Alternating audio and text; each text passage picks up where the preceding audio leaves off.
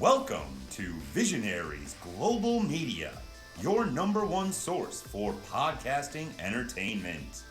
Visionaries Global Media, envisioning excellence on a global scale. Band from Ringside. Tonight on the Band from Ringside podcast, we have your Heatwave and Money in the Bank recaps. Mariah May turns on Toni Storm. Mommy is back, and we're going to get MJF versus Will Ospreay next week. That and a whole bunch more tonight on the Band from Ringside podcast.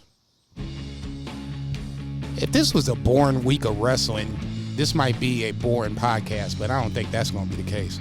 Ditch that 9 to 5. It's time to feel alive. Hello, Mark. So welcome to the Band from Ringside podcast. As always, I'm your host, Bill Viggy, a.k.a. Vladimir Tootin. Oh, my God.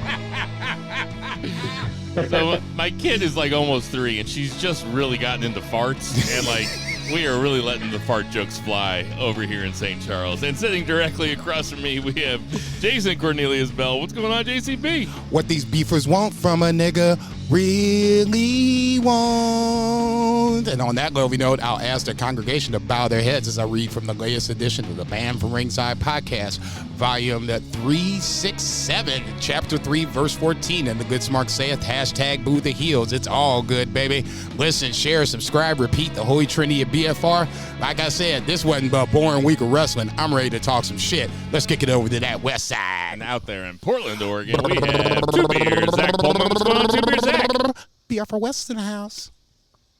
I got nothing clever. The heat broke in Portland, though, so I'm not dying, but I still only spend money on two real things, and that is air conditioning and toilet paper. So, again, apologies for the ambient noise, but I'm not turning off this fucking window unit for nothing.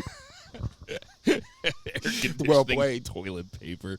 No Vice tonight. Don't know where he is tonight. Hope he's doing well. We expect him to be back here next week. Just an absolutely, even if there wasn't just the two pay-per-views this weekend, we would have a lot to talk about. Even if there was only the two pay-per-views, we would have a lot to talk about. We have the two pay-per-views and a big week of wrestling to talk about. So let's stop fucking around and get to that 3 count. 1, 2, 3. JCB, kick it off. I'm looking at this WWE side. It's just loaded with just matches and angles and all kinds of shit. So let's just dive into it. Obviously, we can talk about SmackDown just really quick, just high points of SmackDown. The main event, Zach and I talked about it last week, DIY versus A-Town Down Under for the WWE Tag Team Championships. There was the title change. DIY wins the titles in a pretty short but a really entertaining main event, I guess is the choice of words I was going with. I like the vignettes coming up to SmackDown or through SmackDown, kind of highlighting the tag team titles. I don't know if this is an effort to make sure that we're getting them back on track, so to speak, but at least DIY feels like they're going to be a team that, knock on wood, holds the tag team titles for a little bit. Zach, did you see the match? Yeah, it was the best thing in WWE, best match probably of the weekend, and that's not me being a DIY fan. This is a really good fucking match. That was better than anything on Money in the Bank, I think. Ooh, interesting. You should say that. So let's just dive into it. Money in the Bank, also emanating from Toronto. That's on my wish list of places to go in the world. At some point down the line, we'll open it up with the men's Money in the Bank match. I'll just say this. To me, it was really down to two people, and at the end, it ended up with those two people fighting for the briefcase. Myself, Tinder, Bill, we're all here. We were watching it. A little bit delayed. Along with my wife, Erin, and your lovely girlfriend, who I don't know if we're saying her name, but we can say Mary's name. We got to meet Mary. Mary came over. We had a great little wrestling party. The girls got to jibber jabber while we got to lose our goddamn minds. One of the spots where I was losing my goddamn mind was where Drew McIntyre threw the ladder at Jey Uso like a spear. I'm like, I've seen a lot of ways to, execute a ladder in some form or fashion, but I don't think I've in that matter where it just literally looked like Drew had no problem picking that Joker up and it was like, wee! And the next thing you know, Jey Uso's at the top and not anymore. He takes the bite. This was a typical but entertaining ladder match. There was a lot of at least little storylines that you can play off with. Chad Gable could have dream matches with Jey Uso if they did it a little bit, but we'll talk about that later on down the line. Drew McIntyre, I never thought I would see that. You got to see that. Andrade was here or there, but still in a good way. He was in a nice little mix of this. So to me, it was a nice little gumbo of guys that were in this ladder match and made this an opening to where, okay, even though Drew won, not necessarily a big surprise because obviously we'll talk about that more in a little bit. I don't necessarily think this was a wasted cash in or wasted opportunity for Drew. A lot of these other guys are getting ready to go on to something else, whatever that something else is. LA Knight's going with Logan Paul. I guess ultimately this just added more fuel to the CM Punk Drew feud, which I'm fine with. Yeah. So I wasn't here last week, right? No. I did listen to it though, and I think it was Zach that said last week that. Well, I listened to the predictions. I didn't have time to listen to the whole thing, so I'm sure you guys were very kind the entire time to me. But I think it was Zach that said WWE is in such a good place, so Drew can kind of squander his Money in the Bank chance because WWE has so much going on. Money in the Bank it's really a crutch for bad booking, and if you have good booking, then you don't necessarily need Money in the Bank. Because we survived a long time watching wrestling and there was no Money in the Bank briefcase. When did it come around? 2006 or something like that? So feels right.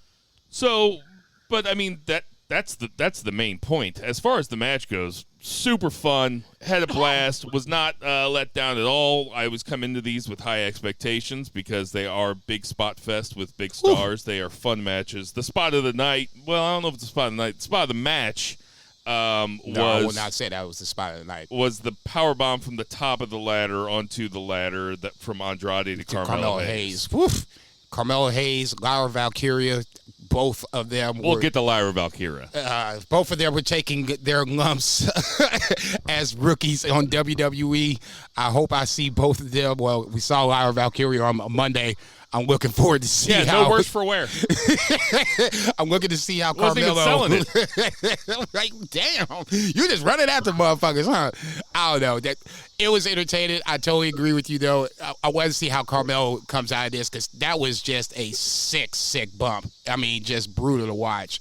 Next up, you had Braun Breaker versus Sami Zayn. Real quick before you move on. Yeah, go ahead. I just want to say. Chad Gable was the MVP of this match, and apparently that was his first ladder match ever. I was very loud about Chad Gable the other night. I was like, look how crisp this motherfucker is. I was like, everything this guy does looks good. I did not know that's his first ladder match. While that's impressive, it's not necessarily surprising because the guy seems like, he's a pretty capable dude. And he was awesome in this match. I also do want to say I was picking up my kids from the pool, which is not a euphemism for anything.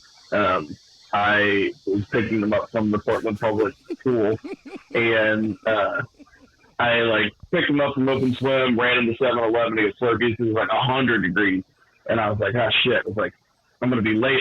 They're probably gonna open with the men's match or the women's match. If they're gonna open with one of the Money in the Bank, so I'm gonna be late. I pull up to the house. It's 4:20, and I walk in. Nice. Totally fine. They haven't even fucking finished the entrances yet. There was so much non-wrestling on this match. I read probably, 80 pages of the book that I was reading, just in between matches. I'm not mad about it, but I was just like, dude, if you got some shit to do, this is an hour and a half show and a 3.5 hour package. I will say this, and just from our perspective, like I said, we got here around 7:30 or 8, so we got to fast forward through the minutia, so to speak, and it felt a lot quicker. That being said, 5 matches, and you said it on our text thread. that 5 matches, this is the way wrestling's supposed to be. Other people are like, it's too short or whatever. Look, as far as I'm concerned, this Money in the Bank only was 5 matches, but it got a lot of shit done. Yeah. And they can also there's a happy medium. Oh, I'm sorry. Go ahead. I was going to say they can also make it 5 matches because you're not spending $60 on it. It's Peacock. True. You know what I mean? Yeah. So it's not really a pay-per-view. It's a special event. That's why they stopped calling them pay-per-views. So if you're just tuning in, like, it's easier to tune into because I have Peacock. It costs me $6 a month. Like, that's completely worth it. Like, it makes it easier to tune into. It means that my wife and my buddy's girlfriend can sit around because it's not going to be too short and it's not going to be too long. So I love it. But as Zach said, I did do a lot of fast forwarding. No, I agree with that. I'll just, like I said, from my perspective, I wouldn't have minded if we sat here and started it right on time and it went to like 10:30. That's okay. I mean, I'll wait for the final grade and then we can go from that point. Braun Breaker, Sami Zayn, IC title. To me, coin flip match, and it played out as a coin flip match as this match went along. Not surprised by Sami Zayn retaining the title. You guys seem pretty surprised by my Sami Zayn pick, though. I was more like, I'm glad it was just, different than Zach and I. I'll speak for myself. It was different than Zach and I. At this point, it's not always chalk as of late. I would say the last, let's just say 10 predictions have been a little more creative, so to speak. So in that vein, you were going against us. So yeah, WWE, I'm good. WWE pay-per-views have been harder to pick, much harder to pick than AEW pay-per-views lately. Zach? I don't know. I feel like they've both been fairly predictable, but there have been some things out of left field. I wasn't here last week, but Jason had a perfect Forbidden Door, and you only missed one. There was fucking 30 matches on that thing. I was like, God damn, these guys are nailing everything. No, I missed Naito. I picked Moxley. Maybe I had the perfect one. Yeah, I was getting ready to say that probably sounds right. The thing with your pick was it was not surprising in the sense of like what WWE would do. I just felt like maybe, with Hunter, maybe they turned a corner. Maybe they I get that with Monday, like they have some stuff going on. The segment Monday was awesome. It fucking ruled. It was fucking great. Holy shit. I'm so glad I didn't turn away because I was ironing my shirt or whatever for work the next morning. So as soon as I saw him come in the ring, I was like, okay, hang on, let me stop. And I sat down and I watched the segment. Shoe just flew off Sammy's foot. It was like, Jesus Christ. I watched it like 3 times, and Breaker was he never sold that he was going to do it until he did it. And then it's like, holy shit. I mean, we just don't talk about that. I mean, we talk about that guy being fast, but he actually is fucking fast, man. If you turned away, you missed it. Oh, just explosive.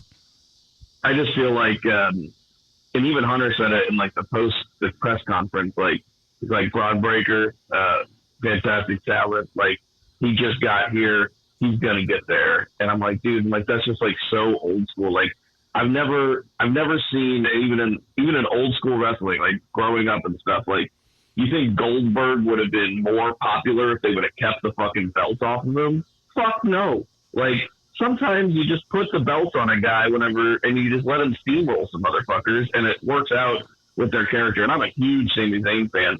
Granted, I love the angle on Monday. It's still interesting. I'm very invested in a rematch at SummerSlam. Maybe it'll, be in front of a bigger audience or whatever. And they were in Canada. Might include Dragunov, too. Mm-hmm. Yeah. And then maybe protect Sammy for whatever reason. They're finally going to protect him after 10 fucking years. I don't know. Yeah. That seems pretty booking 101. But, that seems like the right thing to do.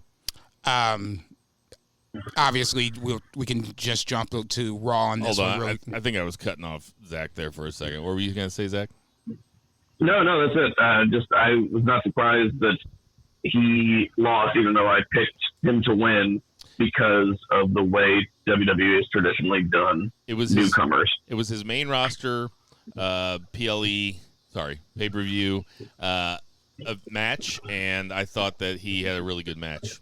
Yeah, Sammy's an easy guy to have a good match with, but he was fucking awesome. He saved Sammy's fucking neck from getting broken one time too. Yeah. So I had to go back and rewatch that shit. I was like, ooh, yeah, okay. That was like that Logan Paul, Rey Mysterio. Yeah, like, same. Yeah, basically the same spot. Braun Breaker's the truth.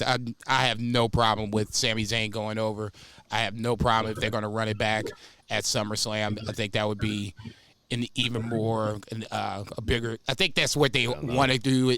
This is what they wanted to do it, where they wanted to do it. If he's going to win just now they got the excuse to do it. Yeah, if he's going to win it at SummerSlam anyway, like there's nothing wrong with having Sammy go over clean and then getting back to a rematch somehow, which seems like what they're doing. Without question. Yeah. If he doesn't win it at SummerSlam, I'll be pissed. I'm not gonna be pissed, but I'll be a little surprised. I'll be hot. No, I'm not. I'm not that much of a Braun Breaker, Mark, just yet. I'm getting there. There's no question about it. I can't wait to see like Raw on Netflix whenever they can cuss, and Braun Breaker's just like, listen here, you beautiful bitch, I'm about to fuck you up with the truth. Okay. That January run, Netflix Raw or whatever it is. I bought my Braun Breaker stock early. You did. Just proud to say that. You did. It makes up for the Brodus Clay call. His name doesn't even seem dumb anymore. No, I know it doesn't. Not at all. I fucking hated the name. And I did. But you know, I hated the name until that Spear Monday night. I used to hate Gunther too. The name. I don't even think about it anymore. Nope. I marked out on that Spear Monday night, man. Yeah, you had to. I mean, it was just. It's such a perfect character move too. Yep. It fits him well. Next up, you had for the. I shouldn't laugh because a lot of this is not funny, but it is funny. I'll be interested to see how you guys have the perspective on it. Seth Rollins versus Damian Priest for the WWE World Heavyweight Championship. So obviously, let's just cut to the chase. The match turns as Seth Rollins hits an off-the-top rope Falcon Arrow, and then you have a couple move sets, and then counter move sets, and then you have Seth finishing the Falcon Arrow and Damian Priest not kicking out, the referee not counting the 3, and Drew McIntyre's music hits. So I'll just ask, we can just go around the table. Bill can start. What happened? What do you think was supposed to happen? Well, I think that after seeing all the evidence and reading all the theories, I think that Damian Priest kind of got his bell rung. And he didn't kick out because he was dazed. He got concussed. And they don't really... now, listen, why the lights came up, I have no idea. That was really strange. Joey O'Farrell thinks that they were supposed to hit McIntyre's music during the pin. And they didn't hit That's what I think. And they didn't hit McIntyre's music. Go ahead, Zach. No, that's what I think. I think that the music was supposed to interrupt the count, even though in kayfabe it shouldn't interrupt the count. But also in kayfabe, the referee should never stop counting if the guy's just fucking laying there. Okay, stop. Okay, hang on. Stop right there. Should the referee have counted 3? No. It would have ruined so much. So I don't blame the referee for not doing it. It would have ruined so much. Okay, you said the referee shouldn't have counted 3. Why not? No, because it's a show. It's a television show. It's theater. It's not actually competition. It is scripted. It was just a miscue. Yeah. So it broke the fourth wall for a minute, and it kind of put a damper on the match. It already was not a very good match to begin with. I'm not saying it was bad. Yeah, it definitely took the piss out of the next 5 or 10 minutes. Okay. Yeah. Okay. Because you're sitting there kind of like, oh, they fucked up. How'd they fuck up? And you're like, oh, they fucked up. And you're like watching them like, do they know they fucked up? And like the way that you're watching it just shifts for a second. You know what I mean? Yeah, for sure. And so like the kayfabe stuff doesn't hit as hard. I agree with I think we all agree that Damian Priest was dinged. I agree with Tinder is that Drew's music was supposed to hit. And for whatever reason, Damian Priest obviously, for whatever reason, he was, obviously his bell was wrong, so he couldn't kick out. So there's the timing problem right there to itself. I can't blame the referee, but, I'm not mad for those who said he should have just counted 3 and just been like, the same thing with Gunther when he won the King of the Ring. They knew they made the mistake. They came back the next night out and was just like, hey, we're going to run it back.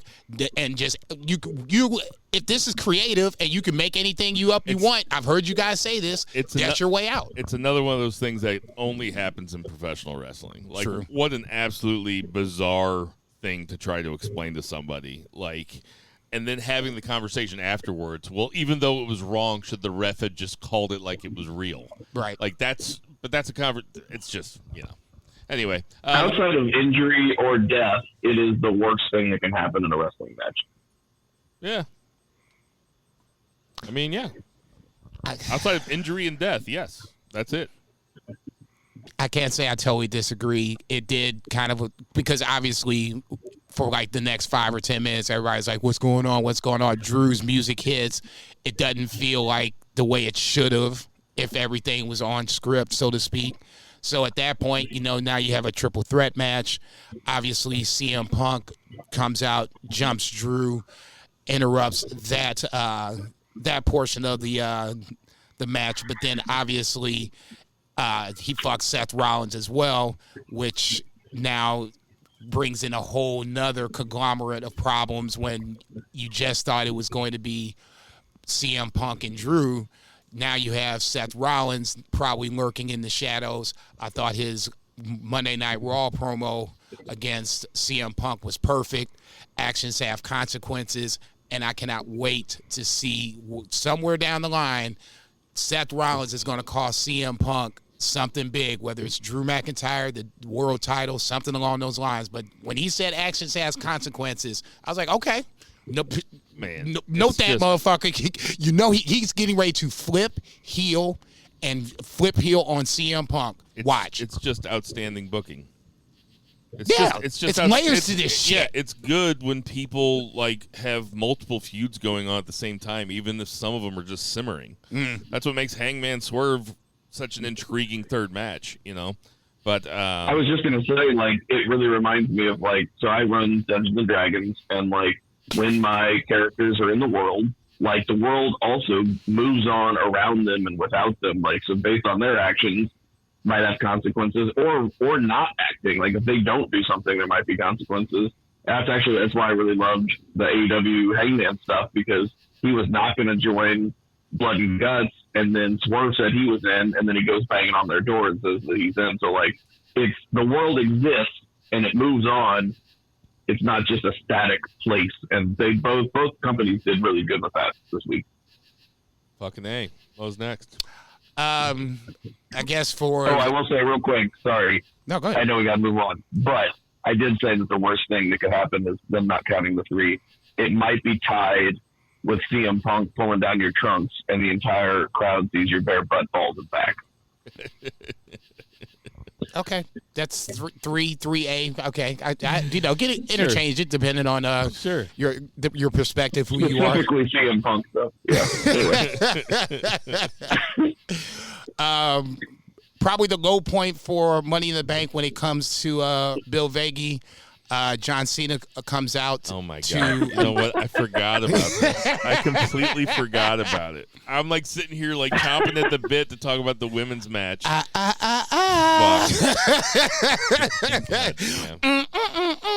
I should have said that instead. John Cena comes out to announce this will be his 2025 will be his final year of professional wrestling. Didn't necessarily say year at first. He kind of drug things out a little bit, went into Black Preacher mode, which I finally recognized for myself. I think that's one of the great things about sitting with your friends and watching this live is that you can actually, and not it can't be 10 people. It was like I said, it was 5 of us total, but the boys were talking amongst the boys.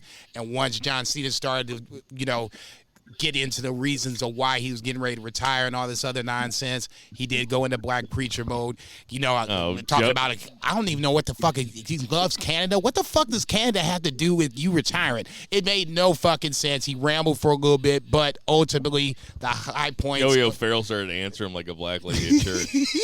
He was like, yes. He's like, yes. It was like, great. Yes, sir. Okay. You tell him. Comedy Central. Obviously, the high points. Royal Rumble, last Royal Rumble, Elimination Chamber, last Elimination Chamber, last WrestleMania for John Cena. But ultimately, 2025 on the press conference is 30 to 40 dates for the 2025 year. So plenty of John Cena. He said, I'm coming out here to announce my retirement. Dude, and then he's like, in 18 months after I wrestled 30 to 40 matches. Yeah, no. That's more than MJF has wrestled the last 3 fucking years. I'm like, what? Okay. I'm not even exaggerating. I think MJF has wrestled like 24 matches in like the last 3 years. We know anyway, I know your reaction, obviously, because I saw He it. says he's going to wrestle 30 or 40 more matches. 30 or That's what 40 he said at the press days conference. Oh my- in 2025. Get the fuck. Okay. Okay, so obviously you don't. What was your initial reaction when you heard John Cena say he was going to retire? I don't really give a shit. I missed most of his career, and he's not much to me. I know that he's a lot to the business, and this was actually national news. Like it was like national, like not like headlines, but like I saw news stories, like real news, like pop up, not like dirt sheets and stuff. So he means a lot to the business, means a lot to a lot of people. Doesn't mean a lot to me. I fully expect him though to either win one of those 2 things, the Royal Rumble or the Elimination Chamber. And I also expect him, since he has so many dates, to win one of those titles. So get ready, Bill. Does John Cena break the record, Bill? Yeah. I mean, yeah, probably. Who do you want, Flair or Cena, to have that record if you're fucking WWE? Who do I want? No, if you're WWE, like, yeah. Oh, Cena. Because Cena's all Europe. Yeah. So, I mean, some of those titles that Flair has weren't even in WWE. Like, these are all in WWE. But, yeah, they want him to have the record. Cena's like WWE's like virgin white, like high school sweethearts that they married. Yeah. Like, I mean, let's just... untouched, unsullied by any other promotion. Like, Cena was the top guy. dead. Cena was the top guy. This is just, it's completely objective, but I just feel like I have to get this off my chest. Please. Cena was the top guy during an absolutely shit period of wrestling. WWE 2006 to 2011 or whatever. 2005 to 2011. That is a terrible era of professional wrestling. Cena sucks. We were right the entire time. I kind of started getting like this hipster fucking attitude, like, oh, Cena's actually kind of good. He's not. He sucks. He's a shit promo. He's a fine wrestler, I guess. He's a terrible actor, and it always seems like he has a little smirk on his face. I fucking hate him. He's back. Fucking hate him. God, I can't fucking stand him. I can't stand looking at him. Oh, my God, dude. To watch him. He's going to be so fucking annoying, man. Three Beard, to watch. The John Cena burial tour. To watch Bill react when we were fast forwarded after the Braun Breaker, there was Sami a Zayn match. commercial. So he fast forwarded. As soon as he hit play, John Cena's running to the ring. He's like, "Oh man, fuck!" To watch the meltdown. It's like waking up from a bad dream. Here's $20. Can we rewind this whole thing? I mean, yes, I'd like to see Bill melt down again. It was absolutely beautiful. I couldn't have paid for it any more than that. Just watching it live, it was a beautiful fucking thing. Myself personally, I'm not gonna lie, I did freak out because I'm like, It's John Cena. John Cena just doesn't retire. And then the more he started to talk, I'm like, damn, this is retire. We gonna end this shit quick. Now, after the press conference, I agree with everybody. Somewhere down the line, he is going to win number 17. Yes, I'm going to be pissed off because that breaks Ric Flair's record. You know what, I will be pissed. I just thought of this, but I think that he saw how fucking hot WrestleMania was with The Rock. And he's like, he came to Hunter, and he's like, I want. And now he's drafting off it. He's trying to draft off it. He saw that wrestling's cool again. All he wants to do is be The Rock. He is a fucking. That's what The Rock did too. I know. The Rock came in after it was already hot. They're both doing it for sure. He's a Dollar Tree fucking Rock, though, man. He is nothing compared to The Rock. But he's probably like, I want to have like an edgy, shoot style feud. The thing is, he's not going to be able to pull it off because he can't fucking act. That's what I think's happening here. He got jealous. 3 Beer, you agree? I can see that. Those guys don't get to where they are without huge egos. Yes. Okay, that's what's up. Now we can spew on the women's Money in the Bank ladder match. I'll fucking spew on it. That's fucking one of the worst matches I've ever enjoyed. Okay, explain yourself. What do you mean? Oh my God, they just botched moves for 10 minutes straight, got a "This is awesome" chant, and then did a bunch of really fun shit that ended up making it the end on a high note to where I actually really enjoyed the match, but it was basically a Botchamania highlight reel for a while. Botchamanias are cool sometimes. It was cool this time. It worked, but I was just I couldn't believe that in the building, that was the most forgiving crowd I've ever seen. They just wanted everybody to be happy, including the women who were probably mortified that they just kept fucking themselves up. I mean, they just kept hitting their heads on ladders Zoe like Stark they were was in willing to, they were like they were in Home Alone 6.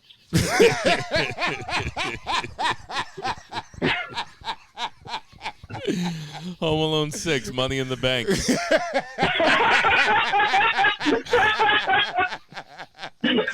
Oh no, I am dead. That's gonna be there. You go. I was about to say, note to self, Home Alone 6. And if I told you there was a Bank. Home Alone 6 and that's what it was called, you'd be like, that sounds about right. Yeah, that's amazingly funny. No, Zoe Stark was the one that was just the one I remember where she tried to do a flip or a moonsault, something off the middle rope and hit the back of her head on the ladder. I was like, oh, jeez. That's the only thing she hit.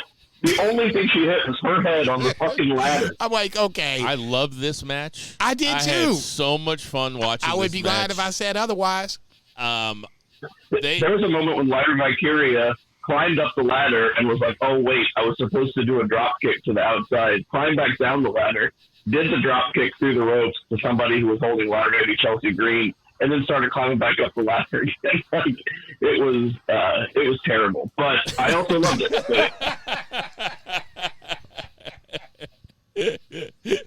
Oh, shit. I gotta rewatch this thing, man. I do not remember any of that. No, Zach is right. Do not get me wrong. As the highs were, the lows were pretty low too. I do remember that. You know why I love this match? Because these people didn't give a fuck. Okay, they were out there.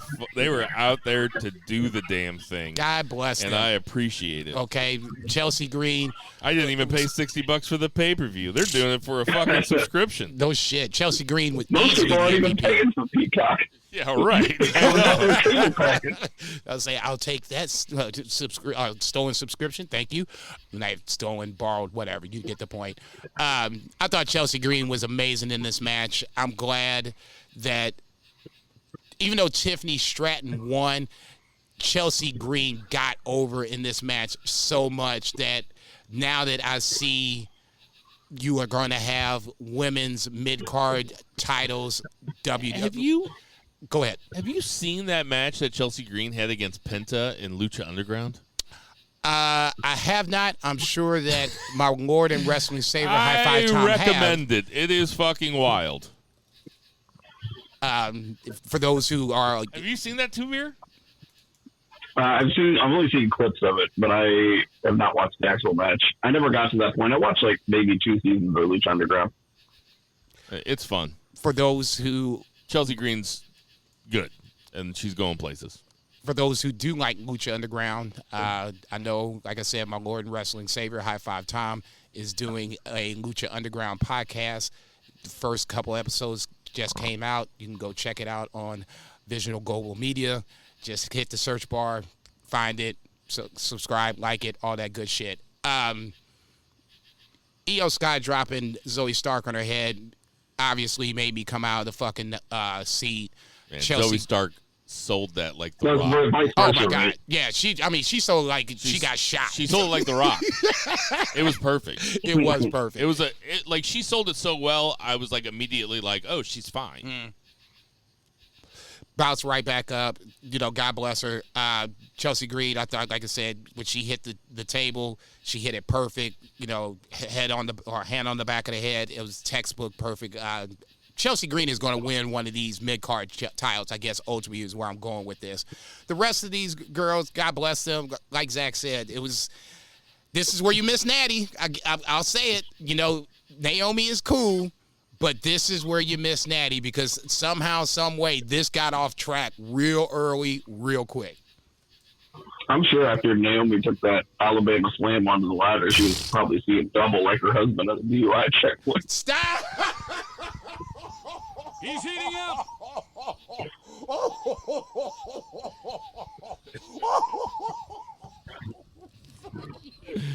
What was next? Oh, Tiffany Stratton goes over. Tiffany Stratton's the right person to win it, right? Yes. Did we all have Stratton? We all had Stratton. Oh, my God. Jesus Christ. Zach, you ain't shit. Oh, my God. Main event time. Bloodline in this case. Jacob Fatu representing the Bloodline along with Tama Tonga and Solo Sikoa versus KO, Randy, and the Universal Heavyweight Champion Cody Rhodes.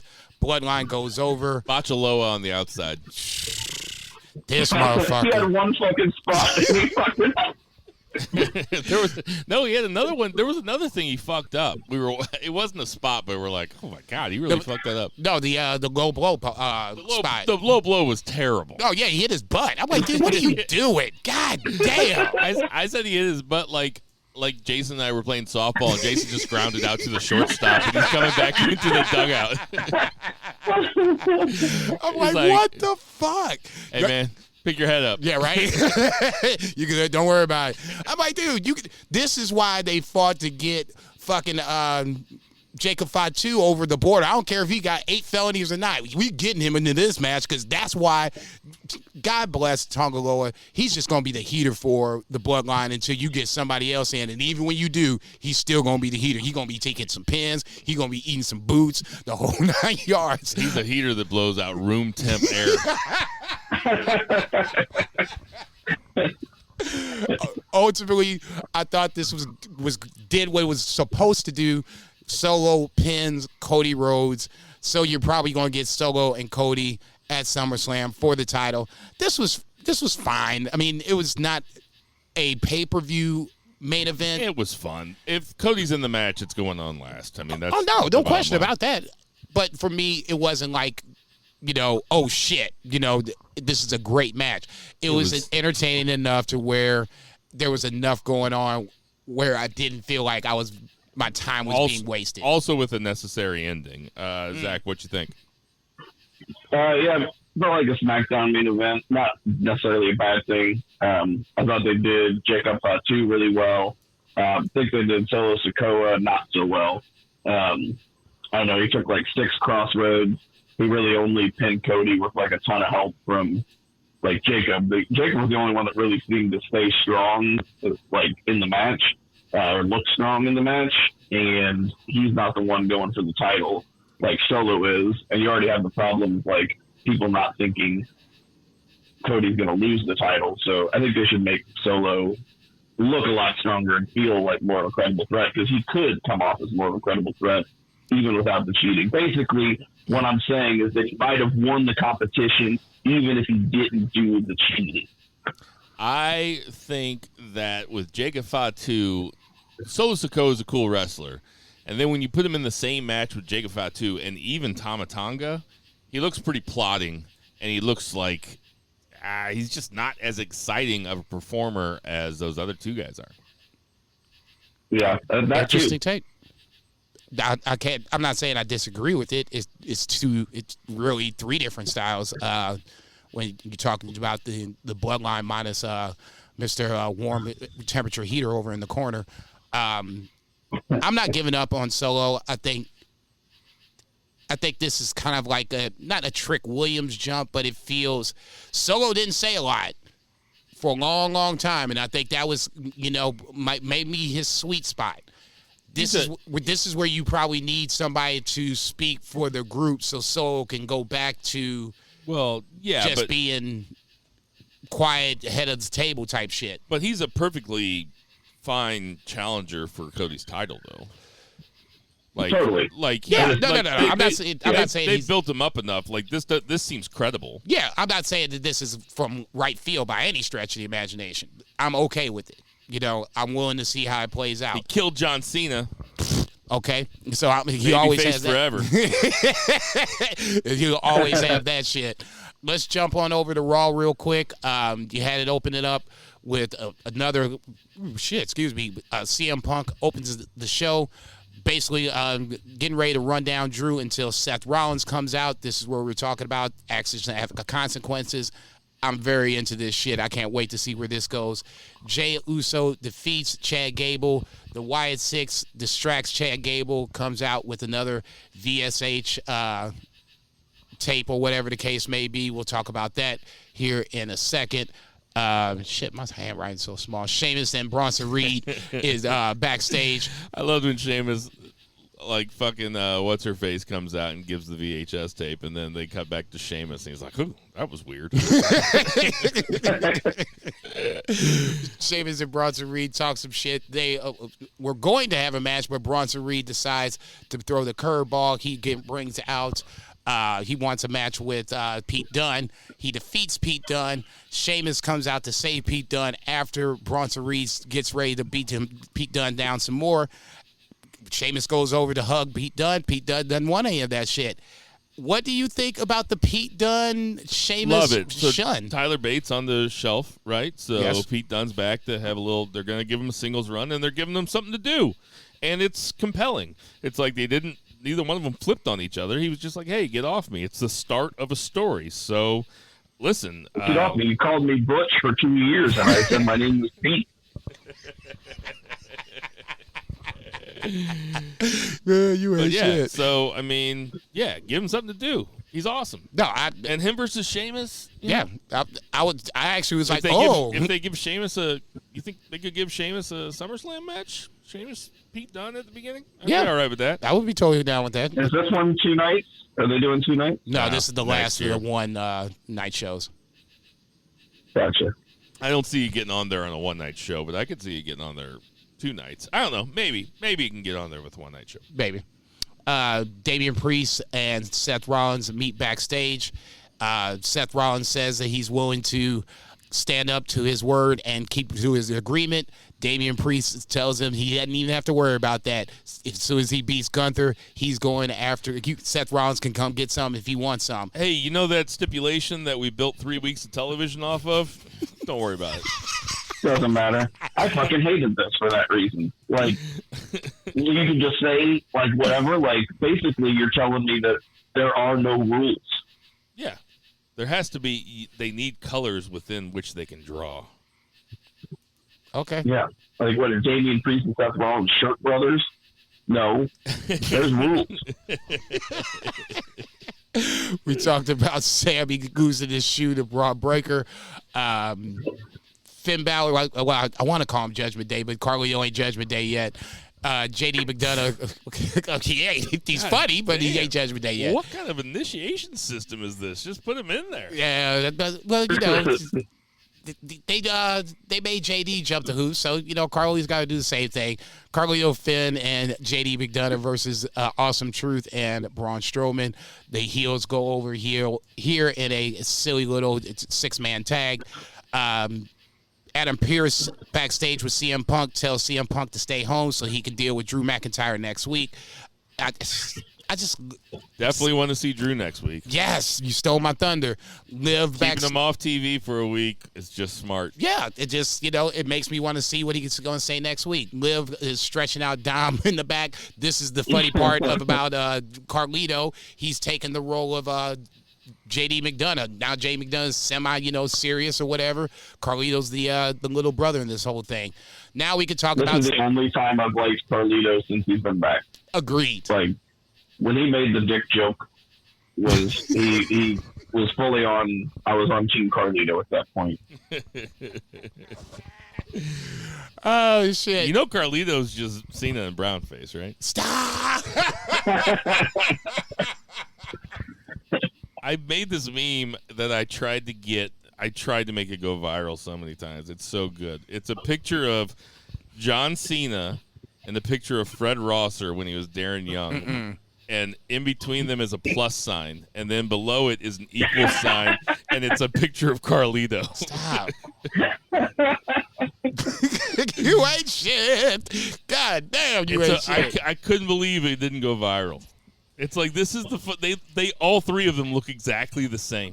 I could actually kind of see, the. I'm gonna find it and send it to you guys right now. Go ahead, keep talking. The Wyatt segment is next. Different from the others, where now I feel like they're starting to introduce other people into the Wyatt Six itself. At least you saw flashes of the other Wyatts. From there, I'm going to be interested to see. It's a slow burn, but it's a burn that's starting to make sense. It was about Bo Dallas / Uncle Howdy to start. Now we're introducing, the other members who felt like they've been shunned from, I'm assuming, WWE, however they're going to write it. Obviously, Bo Dallas is talking about someone, referring to someone in this promo you had on Monday night. I'll start with you, Zach. What did you think of the promo, and who do you think Bo Dallas / Uncle Howdy is talking about? It was fine. To be honest, I was just kind of like, when I was watching this was just a few hours ago, I was like, oh, this is kind of just more of the same. I didn't really tune into it. I picked up the whole aspect of, I picked up the people who were shunned or made fun of, or, that kind of a thing, and basically saying he had a group of misfits. But I kind of tuned out after that. I was doing other stuff. Had my computer open in front of me, and so I don't know who he's talking about specifically. I will say that this eventually needs something more. Yeah, I mean, take Zach's comments right there, copy them, and just paste them into my comments. It's like, I didn't realize that there was one guy they were talking about. I was like, I'm going to sound like a broken record on this, so I'll just send it back to you. But, everything on the videos I'm cool with. It's all the other shit that I'm really not cool with. All the spooky magic stuff that's in the ring and stuff, I'm just not cool with it. But I think these videos are dope. Like Chad Gable feels like he's the target of the Wyatt promo or vignettes or whatever the case may be.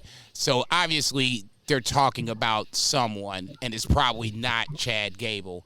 But you did see somebody that they're going after. I would have. It's got to start somewhere, right? Somebody's got to take. They're going after Jason Jordan. Did you see this motherfucker here? Did you see Chad Gable talking to the Creeds and Ivy Nile backstage when they had Sonya? No, I didn't. No, but I mean, let's hit the gas on that. They're doing it. How do you think they keep the guacamole green and savory? Doesn't it oxidate? You ain't shit. Ilya versus Braun ends in a disqualification where Braun uses a chair to take out Ilya. This is where Sami Zayn comes down to try to help Ilya. That doesn't work out. Braun ends up taking them both out. Are we getting the triple threat at SummerSlam, or are we just going to go a rematch versus Sami and Braun? I think that we get a triple threat somehow. Maybe I'm just saying that because that's what I'm trying to manifest it. But I hope that's where we're going, because that could be a lot of fun. And you know me, I love a triple threat. Zach? I'd be down with a triple threat. That sounds like a really fun match. It would also add a little bit of intrigue to it because if they do just do a straight rematch, I think everybody would just assume LeBron's going to win this one. So with a triple threat, it adds some intrigue. He got pinned so clean. Kind of fun too. Go ahead. He got pinned so clean Saturday that it's kind of like I expected them to move on. I was like, well, he challenged and now he's gone. So I was happy to see him come back out. But he lost real clean. Oh yeah, like a motherfucker. But he said that was his opening statement or whatever. Yeah. You know, I know how this works. I don't deserve a shot. Right. But this is how I'm gonna get another shot. I was like, damn, he shot him for real, dog. Just shot him out of a cannon. It's a real loophole in the in wrestling is that you just come out and attack a guy. Well, then you don't let somebody look. Like my mom always used to tell me, somebody hits you, you hit them back. That's it. There you go. So Sammy's just gonna hit back. You throw Dragon off in the mix. If you want to take the title off of Sammy, this is how you do it. That match could be fucking sick. Awesome. Damage Control backstage, whatever. Damian Priest backstage talking Gunther shit. Final Testament talking Xavier Woods bullshit. Damage Control defeats. Xavier Woods bullshit. Look, it is what it is. Damage Control defeats Lyra Valkyria, Katana Chance, Kaden Carter, but then you have Zoe Stark, Shayna Baszler, and the Sonya Deville attack the Damage Control team. Interesting turn of events. Didn't see this one coming, but I'm curious to see at least where it goes. You got a mid-card of women to deal with, 2 mid-card titles, and 2 tag team, or at least a tag team championship. Bullshit. Absolute Xavier Woods bullshit. Let's just jump to the main event because that's where it's all about. Sorry, I also want to talk about that Sonya Deville's finisher. It's called the Deville's Advocate, which is, I gotta say, terrible. That's a terrible name. That's a terrible name for a move. It could use a good work. The Deville's Advocate. Outside of Bill's AKAs, I generally hate puns. Especially like, dude, there's a dispensary by my house called Herb Stomp. It is a dispensary based on a pun about a move that murders people, or Seth Rollins' finishing move. I don't know which one, but it's bad. There was a pet store in South City that was called Positively Fantastic. And I was so mad. It was right by my house, and I was so mad every time I drove by it. I was like, that fucking sucks. Who said that? Who was the creative group that was like, oh, that's great? It was this lady's small little local pet store. It's not there anymore. Shocker. She was nice. I shopped there. Look at you talking shit and buy a shopping there. You ain't shit, motherfucker. Shopping local. Okay, fair. I also mailed her anthrax one time. For the name. What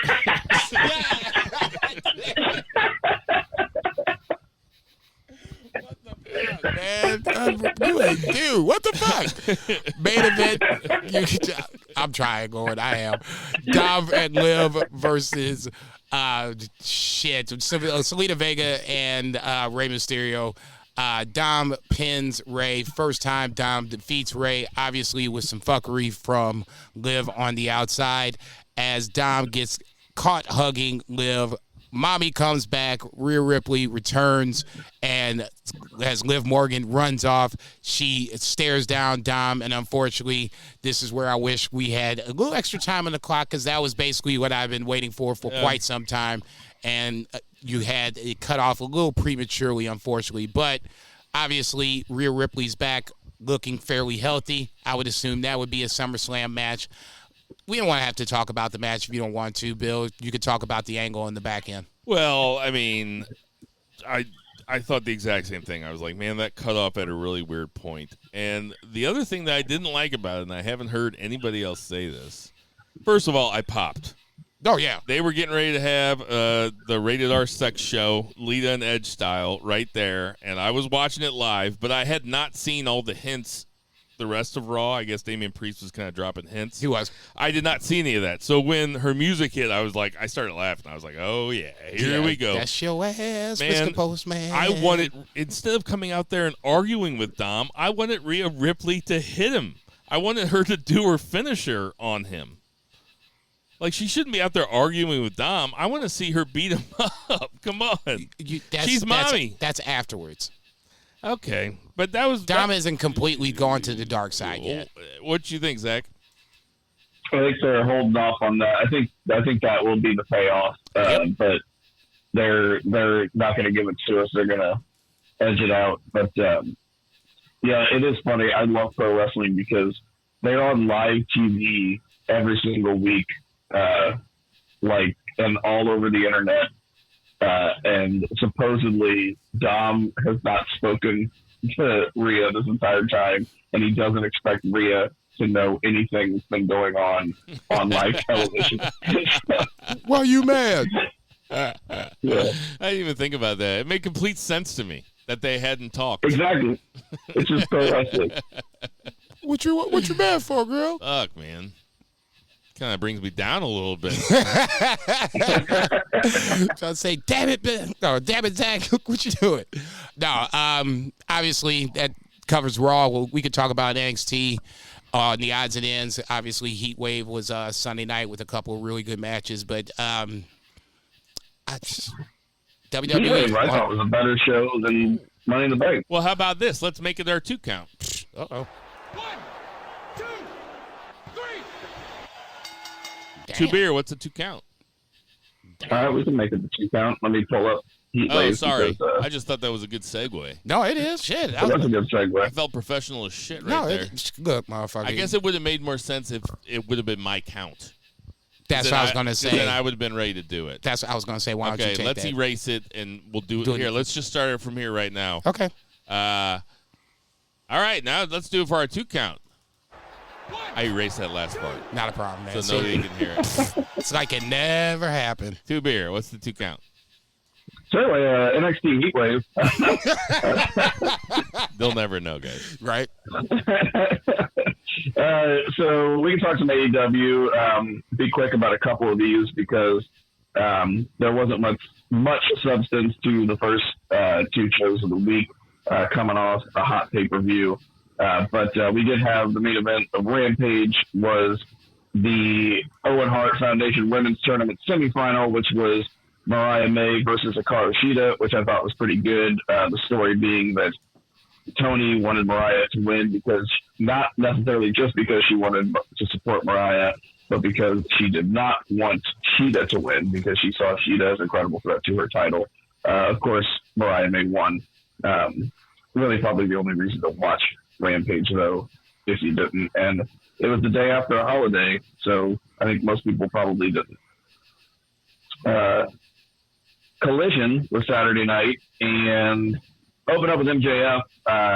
The footnotes or the bookends of the show were pretty good. The middle was mostly filler, but MJF had a pretty good promo.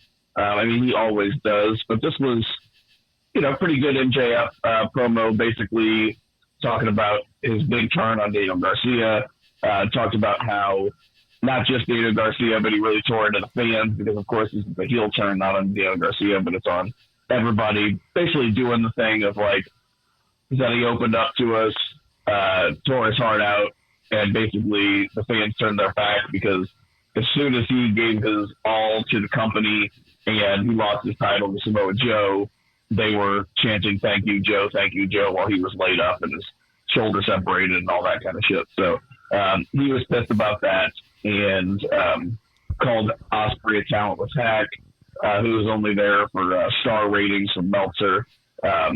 And then he had Ospreay's music play, even though Ospreay was not even there, which is classic MJF shit. But pretty good promo. And we can kind of curtail discussion because it really goes into Wednesday opening of Dynamite, which was a much more full and newsworthy show. But we did have in here the only thing in the middle I think really worth talking about is Christian Cage and the Patriarchy were out, and Christian Cage cut a promo on Jay White, basically saying, I didn't even know you were the Trios champion. Man. And he said, he said, you surrounded yourself with Juice Robinson. He's a child. Then the Guns, like Colton has a little promise, but he sounds like JCB. He's like, but that's a story for another day. And he does say a line in there where basically said he was telling them the fans were tired of him treading water. They want to see the switchblade they thought they were going to get when they signed an AEW. And then randomly, like, Kip Sabian's there, and he's like, get out of my light. What are you doing? And Kip's like, I'm sorry. I just lost my father. And Chris is like, yeah, the apple doesn't fall from the tree. I'm sure your father was a loser, too. God damn, dude. Come on. Jesus. I mean, the dude is down. Christian putting a boot on his neck. God damn. That is really fucking funny, dude. He ain't shit, man. I swear to God.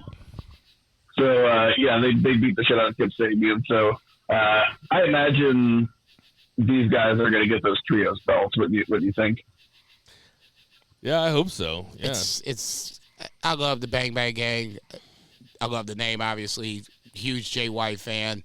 Disappointed I love in how Christian. he's been. Yeah, without question. I'm just disappointed in how Jay's been booked since he's arrived in AEW.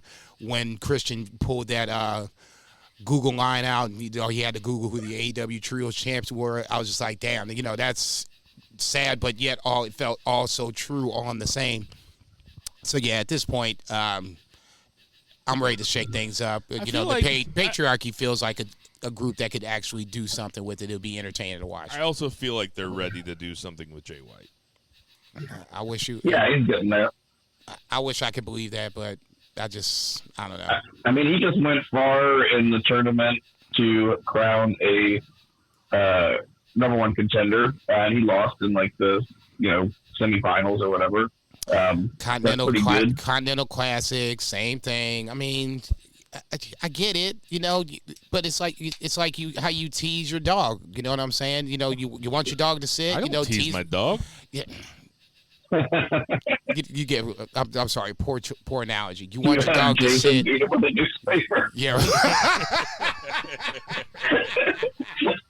Man, stop. No, man. What a callback. Yeah, right. That's fucking that was like crazy. 4 months ago. Yeah, right. For the record, I love dogs. Okay, I would never be a dog, but it's ultimately you're teasing me with, I think we're going to do something with Jay White. Well, why? I mean, then just do it. It's not like there isn't 5 or 6 titles that Jay White couldn't be going after. You don't want him to go after the world title. Figure it out. Only so many belts. No, I'm joking. There's a lot of belts. Yeah, yeah, you just got to take only off that. There's so many belts. Yes. I did not watch this live until I did look at a recap thing just to see if I was like, do I want to watch this? And I saw a match on here where I was like, what year is it? Jack Perry versus Marco Stunt. That was a blast from the past. But Jack, this is a squash. Yeah. Marco got a payday. It was fun. When Jack Perry is towering over somebody, I'm just like, this is just Who not do you think right. Who do you think is taller, Marco Stunt or Carmelo Hayes? Okay, so you ain't shit. Okay, stop. I ain't gonna have that. No more. We ain't gonna have no more. I'm just gonna change the words. No more. Carmelo Hayes blasphemous talk the rest of this podcast. Fuck that.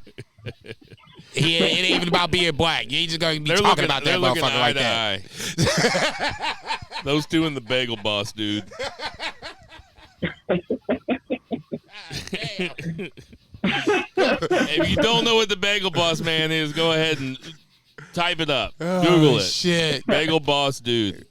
Watch the video. Poor Carmelo Hayes just getting shrapnel, just minding his own business, trying to get this workout. You guys ever seen that? I mean, I've watched it literally 1,000 times. Yeah, I'm not even going to justify you right now. You're not God, and you're not my father, and you're not my boss. I love that, dude. I love that, dude. Go, Zach, go. So Rio beat Lady Frost in a match that she broke her arm in. So Rio's out for a while. The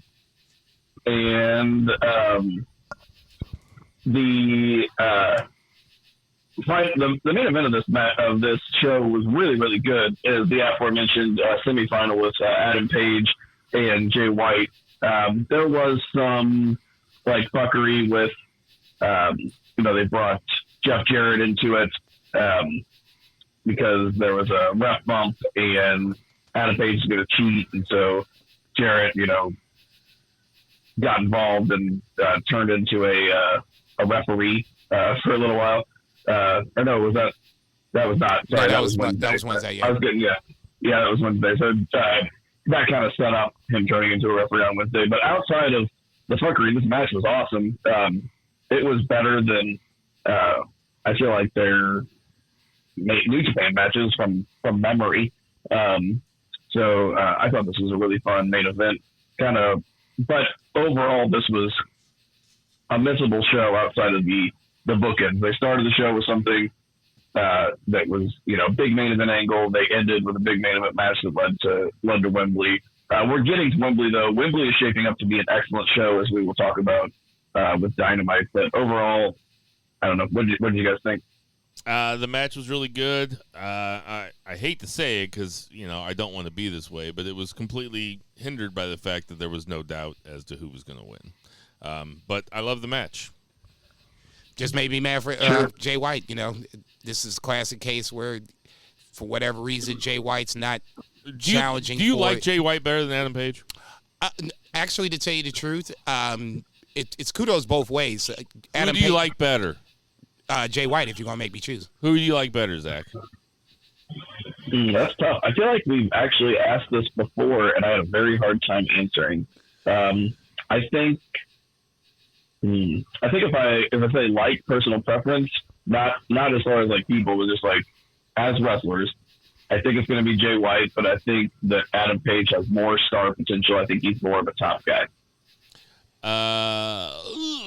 Yeah, I don't agree with that last part, but I do agree with Jay White. He's just cooler. He's a cooler character. I think in ring they're pretty different in ring, but their styles mesh really well. Yeah. You know what I'm saying? Yeah. But Adam Page is example this match. Adam Page is probably better in ring.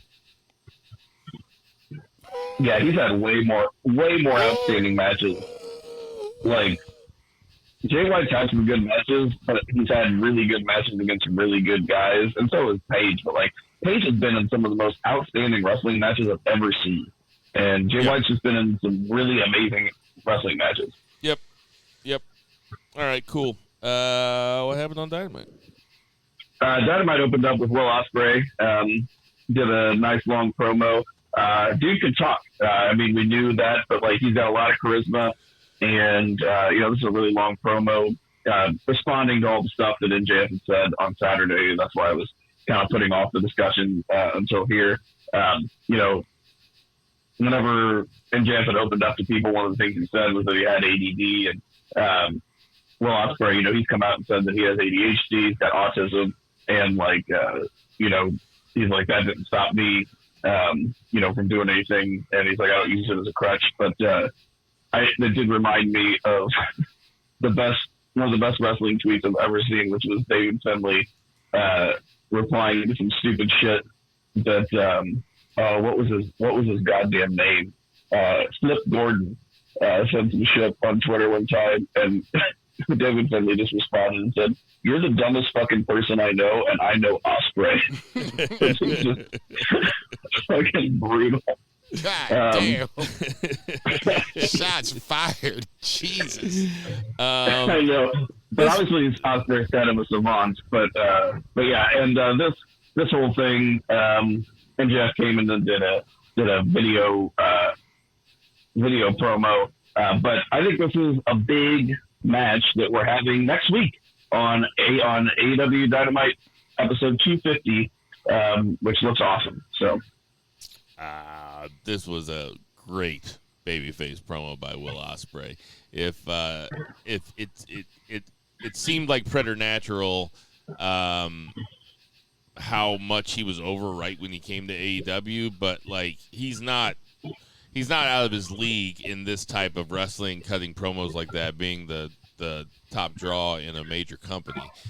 This babyface promo was perfect. He called MJF out for burying AEW, which I fucking really liked, because that's what I always say about MJF. It was really good, and MJF's, his heel shit was fine. It was really over the top, but it was fine. But I think that's MJF's heel shit is just really over the top. He wants people to try to come out of the crowd and attack his ass. The line about stars and I'm going to make you see him. It's like that's a little wordy, bro. That's fine. I'd say I get where you're going with it. He made his point. Fair enough. I will say that. Needs an editor. Yeah. MJF, like I need one too. MJF and Drew kind of sound familiar.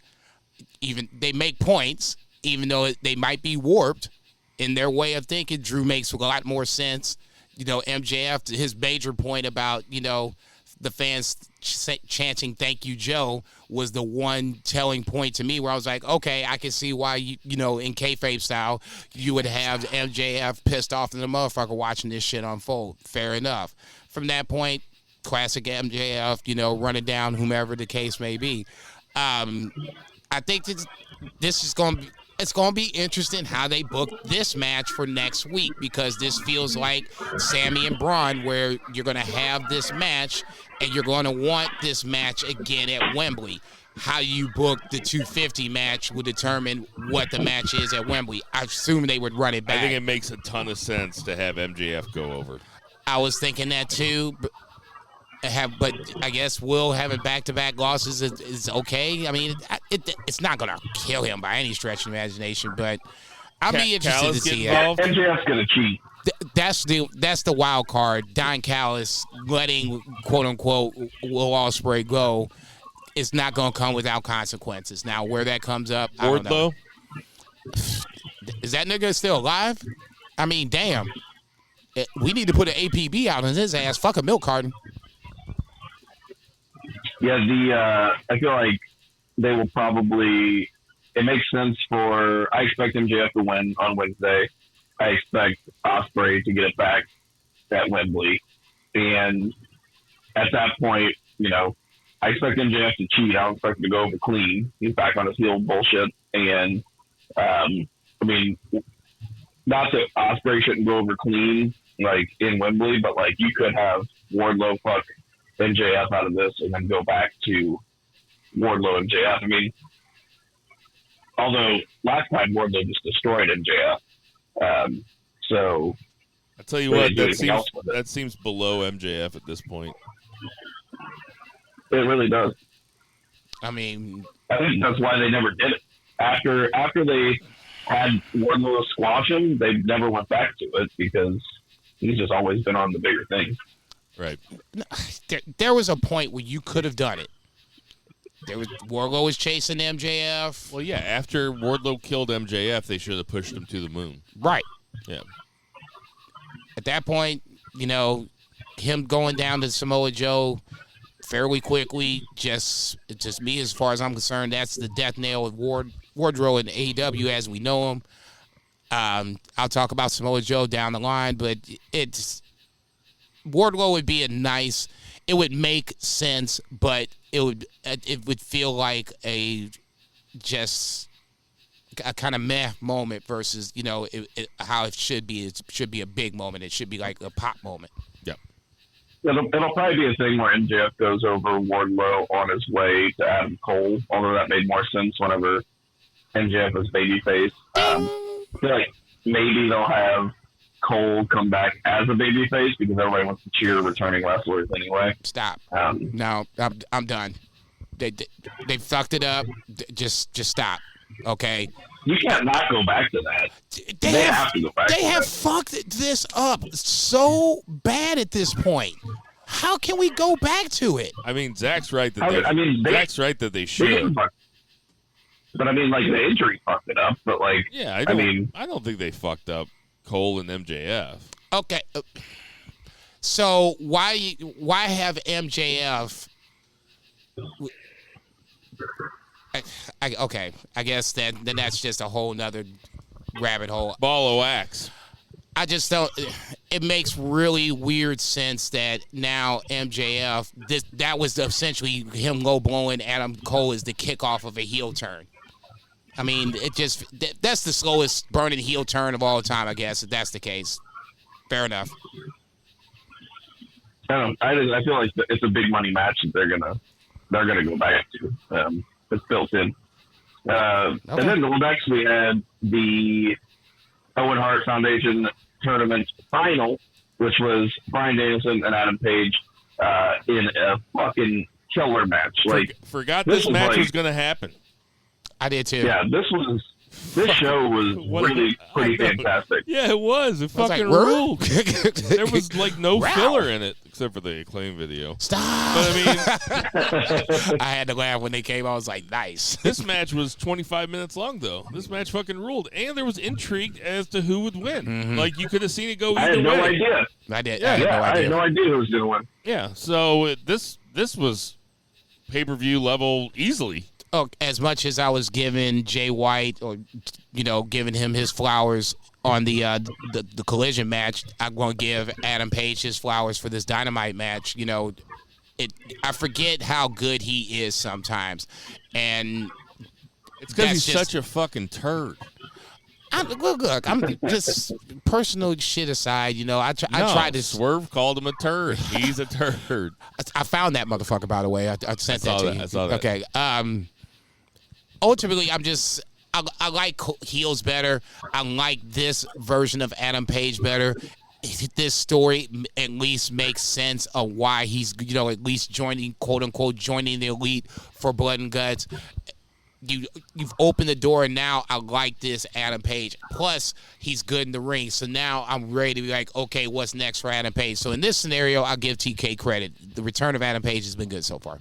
Why do you think that Bryan Danielson has to do it every match where he acts like he's legit hurt? Like, why is he doing that?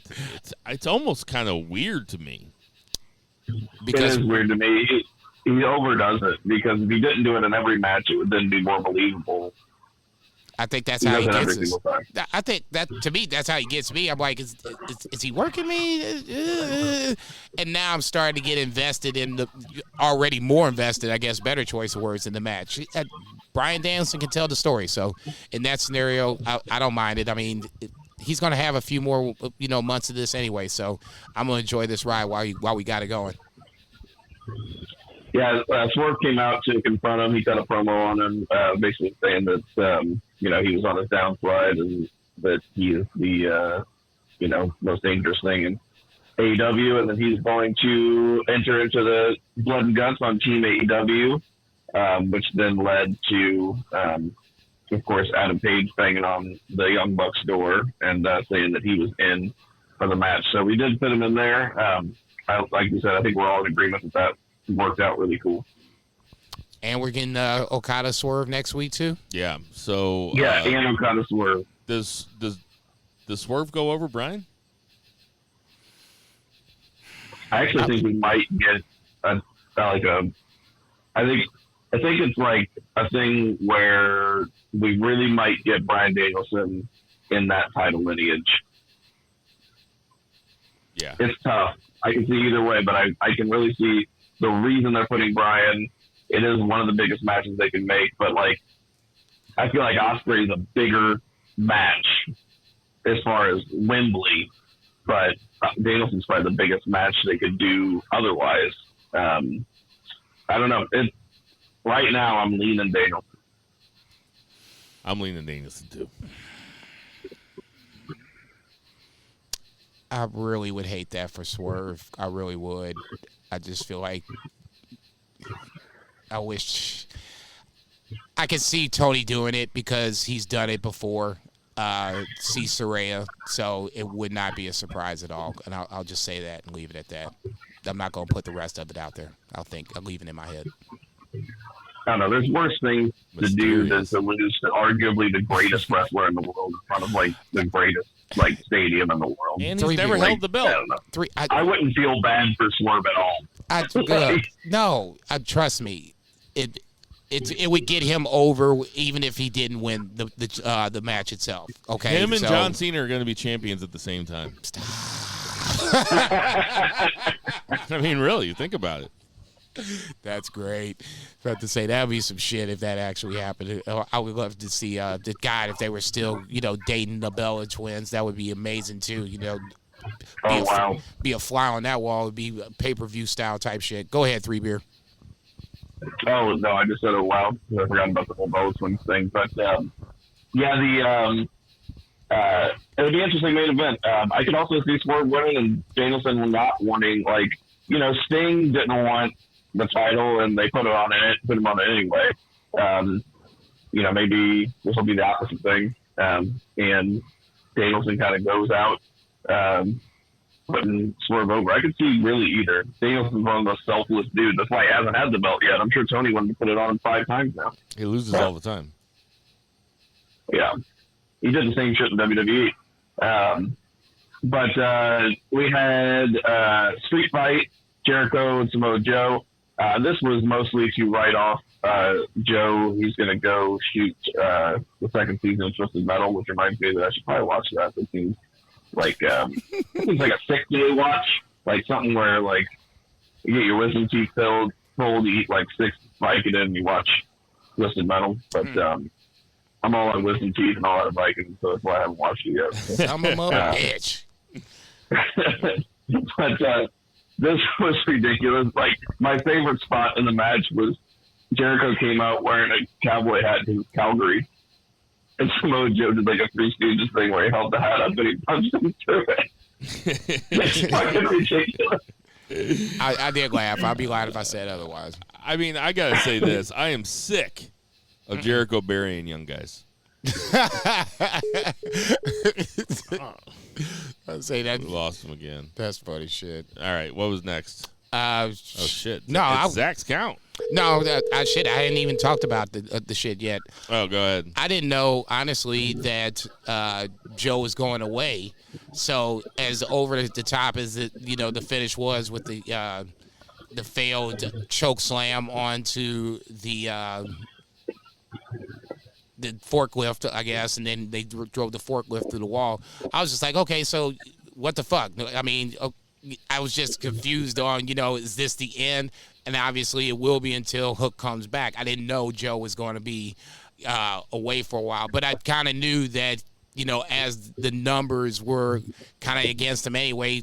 You hadn't seen Shibata at all, on Saturday and on Wednesday. I was thinking at least he's going to get jumped somewhere. I didn't know he was going to get put out of, quote unquote, put out of action for a while. So, credit to the learning tree, but whatever. This match was what it was. Yeah, it was fine. Tony Schiavone tried to put it over by saying we had 2 former AEW world champions going at it, and I was like, oh yeah, that's like a really good sales pitch, but I still wasn't super into it. Yeah. Then there was a match that I was super into, which was a 4-way. This is like a total slobber knocker, as JR would call it, but it was Claudio Castagnoli, Kyle Fletcher, Pac, and Tomohiro Ishii, and the winner would receive a shot at the AEW International Champion, whoever that is, after Wednesday. So this was super fucking fun all over the place. Claudio Castagnoli threw Pac in the air so fucking high to give him the European uppercut. It was insane. Ishii was bumping on his head. Just classic, insane. Lots of different styles here, but somehow they all meshed really well. Super fun match that Pac ended up going over. He put Kyle Fletcher in the Rings of Saturn, or whatever they call it. I always call it the Rings of Saturn. This was an incredible episode of Dynamite, but this is why you tune into Dynamite, even when you might have limited time to watch as much wrestling as you want to. But Dynamite's must see, because this type of shit. This fucking ruled. Ishii and Kyle Fletcher in the same ring together. That's fucking fun to me.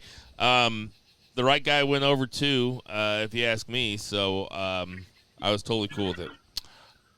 Truth be told, I watched AEW ass backwards this week, so I watched Dynamite, Collision, Rampage in that order. So seeing this match, unprofessional bullshit. Seeing this match didn't really make sense at the start, but I agree with you. The right person went over. Hopefully this is a Wembley match. I'm assuming it's a Wembley match.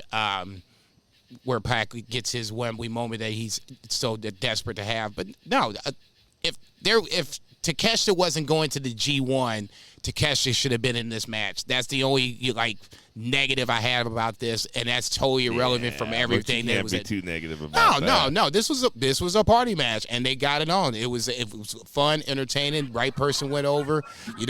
I'm kind of waiting for Cardio to get his next moment. Truth be told, I see him out there. We know he's the shit. Yep. But now it feels like, okay, I'm kind of like, now what? Is Moxley coming back? I'm assuming he is, but in that time, can we not build up Cardio too? I don't know. Good match. It's, my thoughts. It does make sense that it would be a Wembley match because he mentioned it was nobody's going to take my Wembley moment. That also means that they wouldn't do Ospreay, MJF, unless neither one of them had the belt, if they redid that at Wembley. So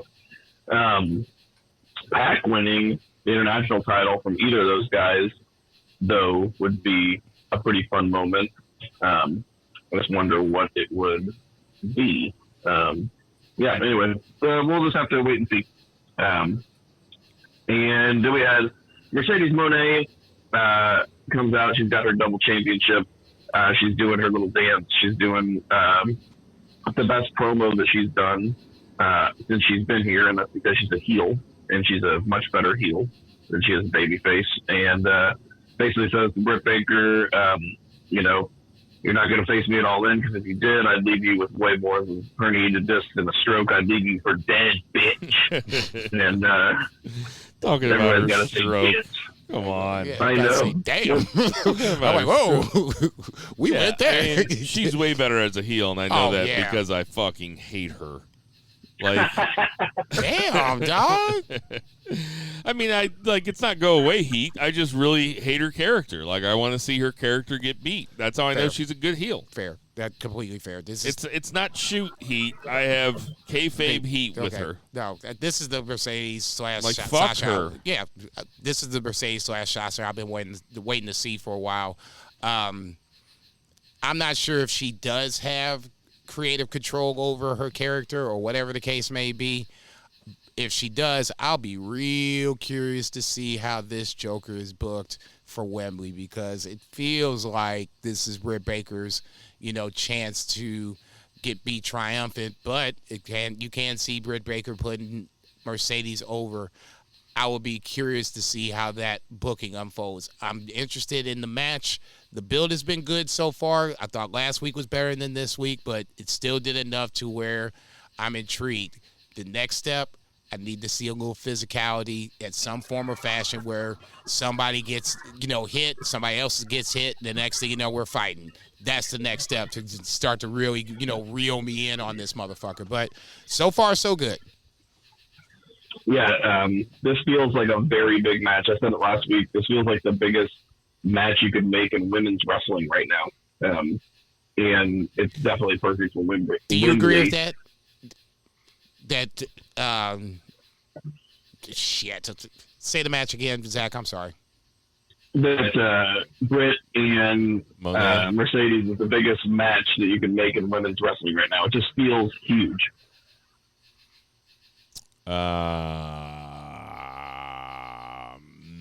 No. Maybe. I just couldn't think of one. I'm not saying it is. I can't think Toni Storm, Sasha Banks. That's what I was thinking. I don't know. Britt just still feels like Toni's great. Her character work's been great. She's had a really good run, but Britt just still feels bigger.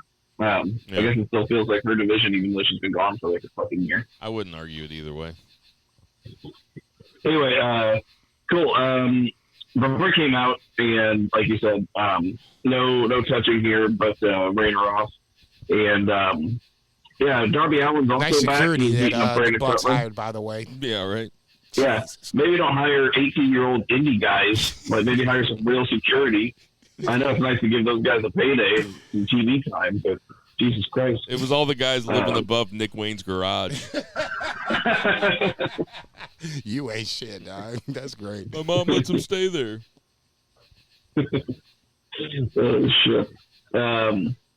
So, yeah, Brandon Cutler was getting beat up by Darby Allin, who is back and basically coming after Jack Perry.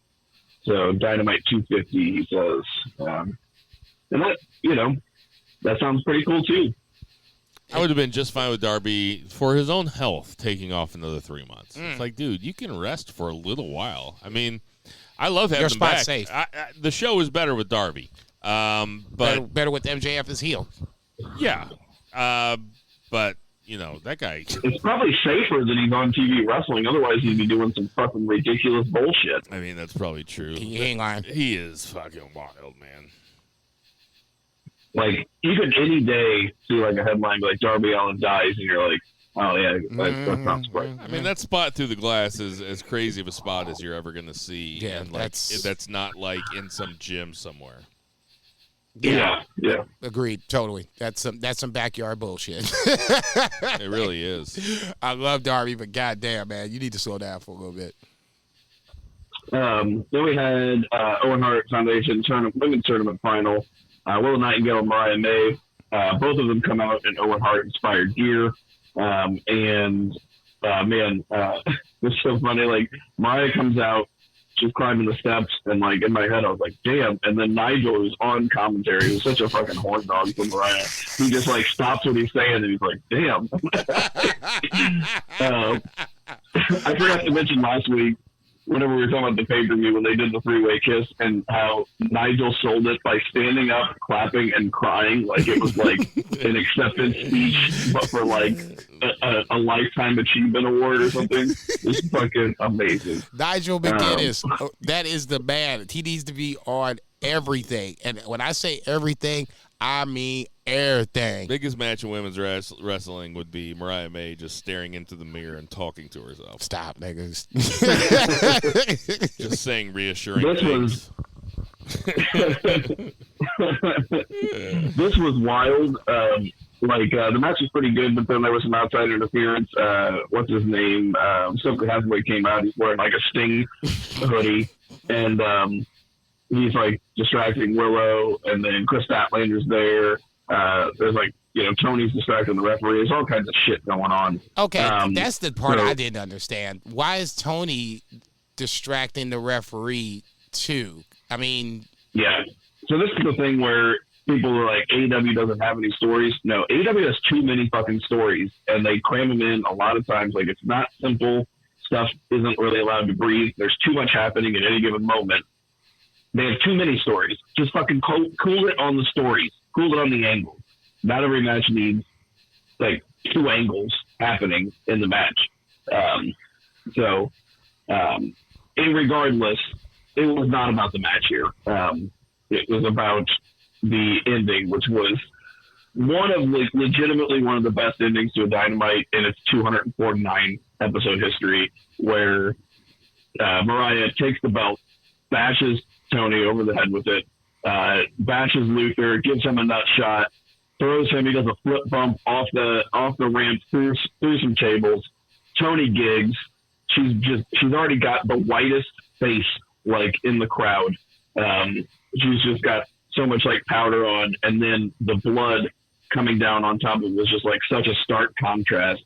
And it looks brutal. Like, you don't normally see like women bleed in wrestling nearly as much as the men. I feel like viewers, consumers, they're not as into it. We're still a little conservative in that aspect. They're treated differently. But this was a fantastic visual.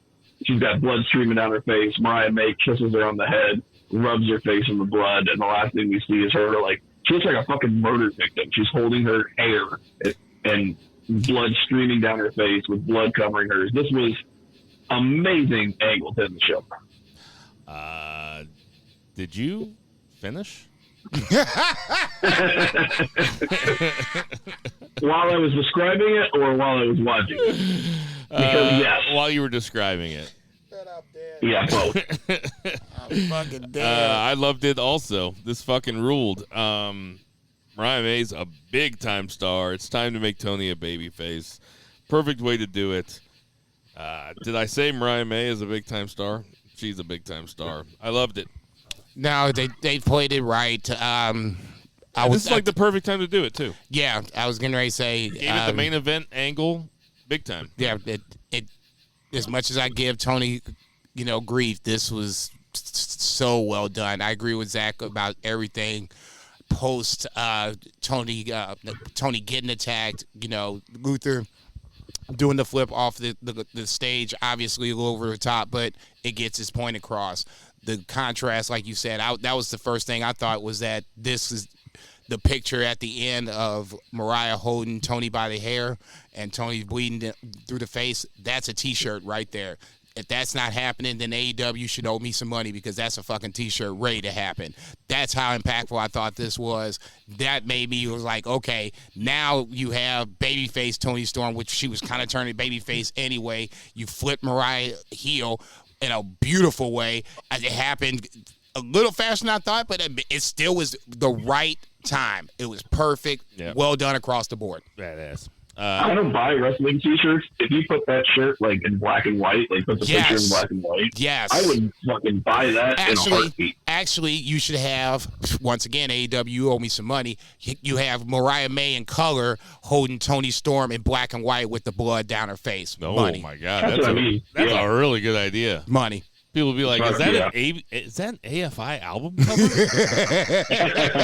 They know it's My Chemical Romance. Right. That's going to do it. Anything else about AEW? Am I missing anything? No. Actually, I want to say one thing really quick. You were talking about two stories at once. I'm going to push back on it a little bit. We had Seth, Drew, and Punk in WWE, two stories at one. That feels a little more. I think what Zach was saying, though, is that WWE is doing something and then letting it breathe. Like when you watch Dynamite, there's like an angle every match. It's like you can just have it's simple. It's easy to understand Seth, Drew, and Punk because it's slower, it's more methodical, and it all makes just more sense. Like we just said, like why the fuck. We know that there's history with Willow and Chris and like them, but like, why the fuck is she out? Why are they out there? Like, what is the point? Like, we don't know. Like, maybe it'll pop up on YouTube or maybe like they'll tell us, but like they'll have a match. But like it doesn't. Well, there's no method to the madness. Yeah, they make up for it on Collision also, where nothing happens, where fucking Jack Jameson is getting fucking 5 minutes of promo time every week. I ain't thought about Charles laughing my ass off like this motherfucker coming out here talking that tall shit, boy. Jack Jameson ain't no joke. Let's get to that 3 count. 1, 2, 3. All right, so we're gonna do Heatwave and NXT at the same time, just because. But I'm going off of memory here. By the way, how were the predictions this week? Oh shit! I guess keep talking. I'll count to them. So I want to start at the main event because I want to talk about Trick Williams versus Javon Evans versus Ethan Page versus Shawn Spears. Ethan Page pins. Who did he pin? Javon Evans? Or did he pin Spears? No, he's pinned Javon down on Evans. top of him. Right. Trick gives the trick shot to both of them. Ethan Page lands on top of Javon Evans, gets the 3 count. A very sports entertaining but fun way to finish a match. Apparently, this is a callback to a 2007 Backlash match that was. Fuck. I should have researched this. It was like Cena, Michaels, Edge, and somebody else. But anyway, this is how that one ended. I was totally cool with Ethan Page going over. I picked him the wrong time. I picked him last pay-per-view. Should have picked him this pay-per-view. But, Zach, what do you think about Ethan Page winning the NXT Championship? Yeah, it was a surprise. It makes sense that he'd do it. Like, Trick's obviously kept strong. Like, he didn't lose the title at all. They had a nice story where, like, he was kind of distracted. Even though him and Javon Evans are like kind of, friends, like he was distracted by him the whole time. And man, he shoved him off the top rope, like through that announce table. It was a crazy bump. That's a crazy bump. It was nuts. John Evans was the funnest guy to watch in this whole thing. He's a super talent. But yeah, it was cool. Like, it had some intrigue. Like, I already kind of thought, like, you know, I talked about it, like, Trick is top guy material, but he's like really not top guy ready yet. And him chasing Paige and Paige is a veteran. So, like, it's cool. Paige is a fun guy to have hold that belt as a heel. The way it ended up happening only just adds the fact that it in the heel mentality, it doesn't matter. And Ethan Page even intimated to it to where, you know, thanks for the trick shot. Otherwise, I wouldn't be champion right now. And then Shawn Spears came out on Tuesday night or whatever, and they basically had the setup for the tag match. We'll talk about that in a second. Javon Evans, he's the truth, no question about it. As long as he stays healthy, he'll be fine. Shawn Spears feels like the forgotten man in this whole thing, but I think ultimately this is about Trick. Maybe it was too fast, too soon. I think you said it.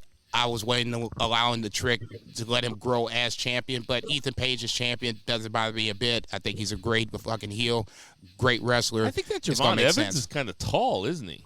He's tall and lanky. He's very tall. It's like Kyle Fletcher before he started putting on this weight. He's like fucking Brandon Ingram in college. Okay. I wouldn't necessarily disagree with that. It's like Lamar Odom. I did put up tally up the numbers really quick. Money in the Bank, Bill and Zach both with 12. I had 11, and then everybody from Heatwave had 4 points. Nice. So, that. But you're cool with Ethan Page going over? Yeah. Trick didn't get pinned, so ultimately that protects Trick. Ethan Page is going to be a solid champion. Oral Menza attacked Ethan Page right away, so you have a ready-made opponent for Ethan Page off the jump. So yeah, it makes sense. I'm good with it. Oba Femi goes over Wes Lee in the curtain jerker, about 17 minutes long. Oba Femi is the truth. I think that's like what they say. That's like his 15th match or something. Sounds stupid. That's a long match for a guy that's that green to be able to wrestle and have it be compelling. This was very compelling. It says a lot about Wes Lee too as an in-ring technician. What you think about this, Zach? Oh yeah, you know, I feel like NXT is not NXT unless Wes Lee's really sad, and this was so ridiculous because it was Oba Femi was just a big giant heel just fucking beating the shit out of the babyface Wes Lee, and he does that for like 10 minutes. Like, Wes Lee gets no offense, and the crowd's like, "This is awesome." Right? Like, dude, he's getting his ass beat. Stop. This ain't awesome. Okay. It was good. But it was awesome. It was awesome. I loved it. No. Don't get me wrong. The contrast in styles and size obviously made this a pretty good match to open up with. Oba Femi winning isn't a surprise. The surprise to me is like what Bill was saying, 17 minutes in like his 20th match, something ridiculous like that. It doesn't look like he's as green as he should be, if that makes sense. There was a couple of spots where, you know, he could have made mistakes and, you know, the strength helped him out, and, you know, he ends up pulling the shit off. So Oba Femi has the highest ceiling that I could see of anybody, and I'll include Trick Williams in that. I'll go that far. He's got the highest ceiling of anybody that's on NXT right now. He needs to be the champion, especially now that Trick's, you know, away from the championship. If you could, I don't know who's going to beat him for the North American title. I mean, I guess there's the first problem with that. But ultimately, he will be NXT champion. If it's not, it's a travesty. Oba Femi will headline a WrestleMania. No argument there. None. Zach, did you get a chance to talk about it? I walked away for a second. I did, yeah. Tag team match. Axiom and Nathan Frazier go over Chase U. They really kind of laid some red meat out there for us to pick this the other way, and they snatched it right back. Nathan Frazier, and this is a fun match. I love watching Andre Chase wrestle in those like slacks. and I think it's really funny. And Axiom and Nathan Fraser are super fun to watch. So, and they had the crowd eating out of the fucking palm of their hands in this fucking match. The crowd really elevated this match. It was kind of special. What you think about it, Zach? Yeah, it's my favorite match of the night, and probably like best outside of the DIY match, like best match of the weekend. It was really good. Really like Nathan Frazier. Really like Axiom. Really like those two guys. It's funny that you said that about his pants because I'm so glad that you said that because like I just been staring at his pants like the whole time. You mean while we're talking? Yeah, I got it pulled up on Google Image right now. It was great though. Yeah. I was surprised again too. You said it like they worked this, you know? Yeah. Yeah. So it was really cool. Up next we have Roxanne Perez versus Lola Vice. Roxanne keeps her belt. What you think about the match, Jason? Honestly, I was glad that it didn't end on a submission because it's kind of like one of my pet peeves about wrestling when the submission artist loses by submission or the person that's supposed to be proficient in submissions, gets caught up in a submission they shouldn't be getting caught up in. Obviously, the whole match turned when Lola hit her fist on the ring post and Roxanne started to work it with cross faces and the whatnot, but ultimately went back to her finisher for the win. This was, once again, this was a predictable match. I thought this was a good showing for Lola Vice, but slowly but surely they're building Roxanne to be that woman in NXT. She's got it. It's just, now we're starting to see a long title run for her, probably making up for, the missteps, injuries from the past. So no problem with it. Good on Lola Vice, but the right woman went over. Yeah, Roxanne's great. She's a fantastic wrestler.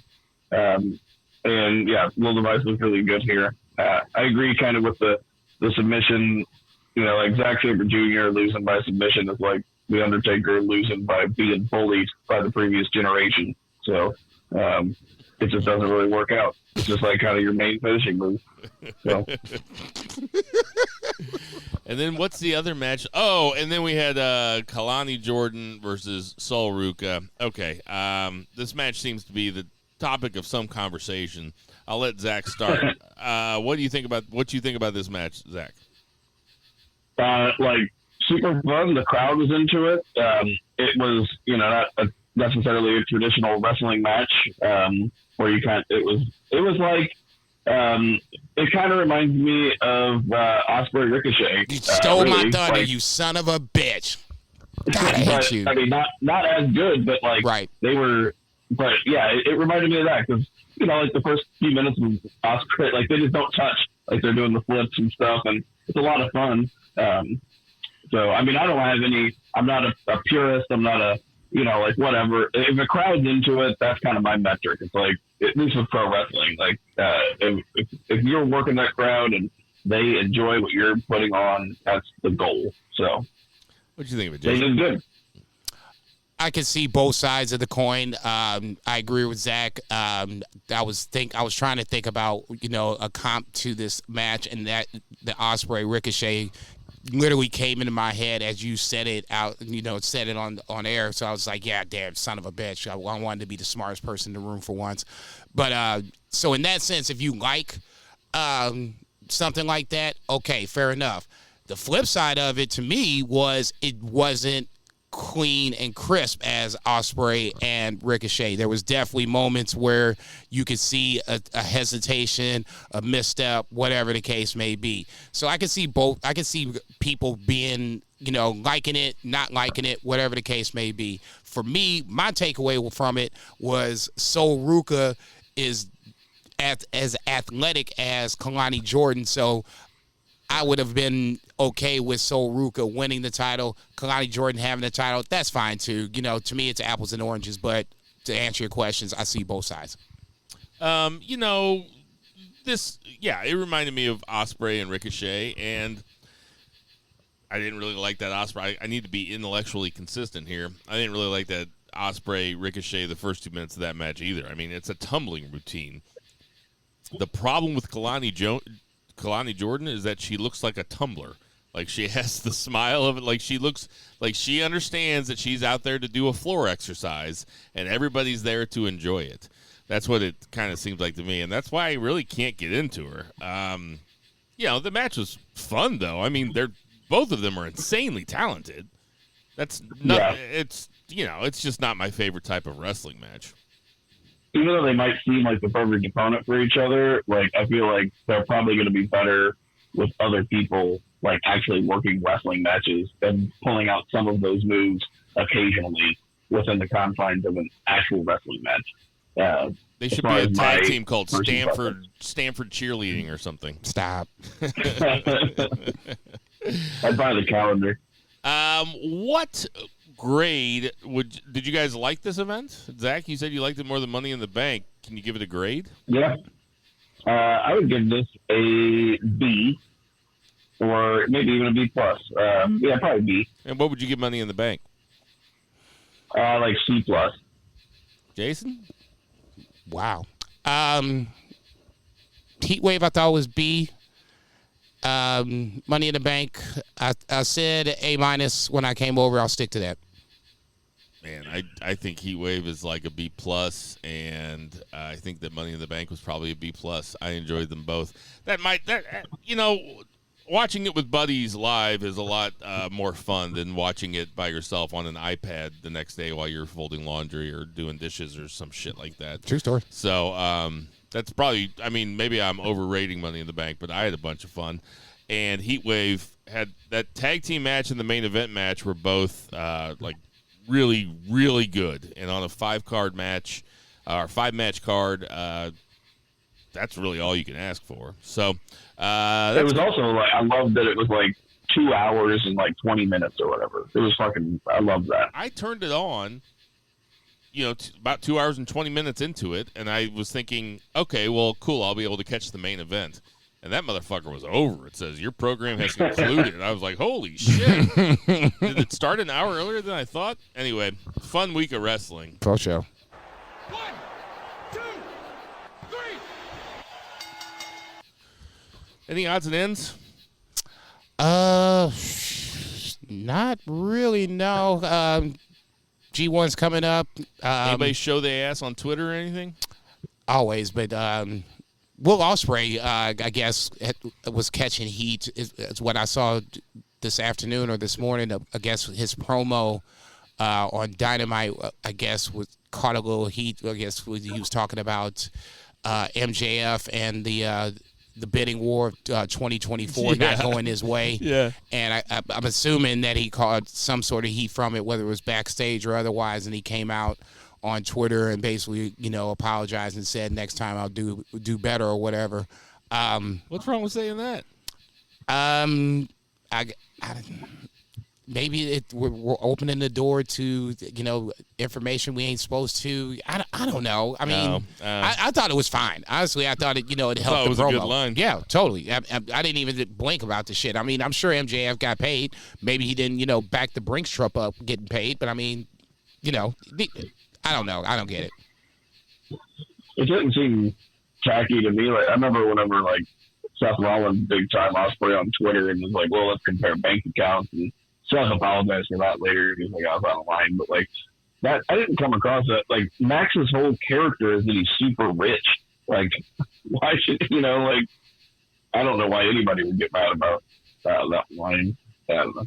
Maybe he's kind of a bitch. Fucking stupid. Maybe he's kind of a bitch. He definitely seemed like a bitch the one time we met him. Old Starcast. Before MJF was MJF. Made a lot of friends that day. Hurricane Helms. You asked me where the bathroom was. Right. About to say Simon Gotch talked to you guys for like 2 hours. Yep. We should still post those interviews. I still have them. Do you really? Yeah, I still got them. Earl Hebner asked me where did he ask? Were you with me, Jason? Like, Earl Hebner came up and he was holding the referee shirt in his hand. He wasn't wearing it. And he came up and he was like, "Hey, where's the, because we were right next to the door. So, like, we were the first table right next to the door. He asked me where something was. And I was like, I don't know, man. I wanted to be like, you're Earl Hebner, but he's in a very big hurry. And you're like, Yeah. walk Yeah. away, And he was like, no, I'm not. I'm Dave. Son of a bitch. I hate this shit. One time, me and my friend Ryandale Chuck, we used to watch wrestling together in college. Shout out to Ryandale Chuck. He's probably listening right now. I've probably told this story before, but we went to go meet Jericho at the mall, and we were wearing, we took white T-shirts and we drew Jericho Protection Service on them. Stop. And so we wanted a photo op with Jericho. And Jericho was signing, and next to him was Earl Hebner. And he was signing too. So we get up to Jericho. Didn't seem like he really liked us being dressed in JPS shirts, but he took the picture with us anyway. And we had such a good time, and we were so starstruck that we just completely walked by Earl Hebner. Like we didn't even say what. We didn't even say what's up to him. Oh, we totally dissed him. And every time he'd show up, we'd be like, yeah, we dissed him. We dissed that dude. We're not here for you, Earl. Dave, so, hey, Earl, whatever. Earl, if you're listening, I regret nothing.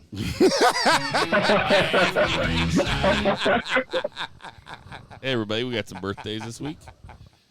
Tyson Kidd is 44. Jeff Cobb is 42. The aforementioned Hurricane Helms is 50. That's crazy Happy talk. birthday, buddy. Sami Zayn is 40. Brock Lesnar is 47. X-Pac is 52. The aforementioned Jeff Jarrett, Wow. 57. That's two. Bubba Ray Dudley is 53. Charlie Caruso is 37. Heath Slater is 41. He's got kids. I wonder what he's doing. Jesse the Body Ventura is 73. The Boogeyman is 60. Lashley is 48.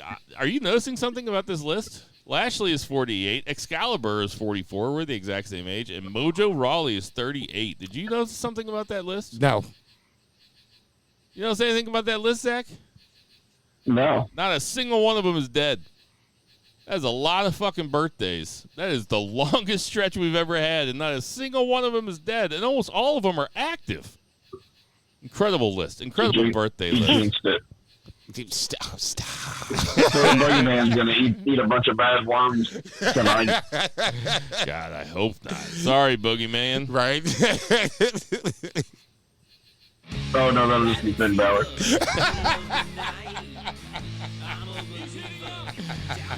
Hey, everybody, we know there's tons of podcasts to listen to, so we appreciate you guys listening to our podcast. For Tinder Mahal, Check. for Murray the Murray Man Murray, for Check. Lucha Chris, for Patriot Check. Pat, for Brett Jagger, Check. for Vice. Check. We will see you next week. For Zach Pullman, Check. for Jason Cornelius Bell, Konnichiwa, I bitches. am Bill Vagey. Check. Black Lives Matter. Check. Support your local weed dealers. Check. Support your local restaurants. Double check. Free fucking Palestine. Check. Give your parents a call. Triple and check. Never, ever forget that you need to boo the heels. Boo! Shut up, bitches.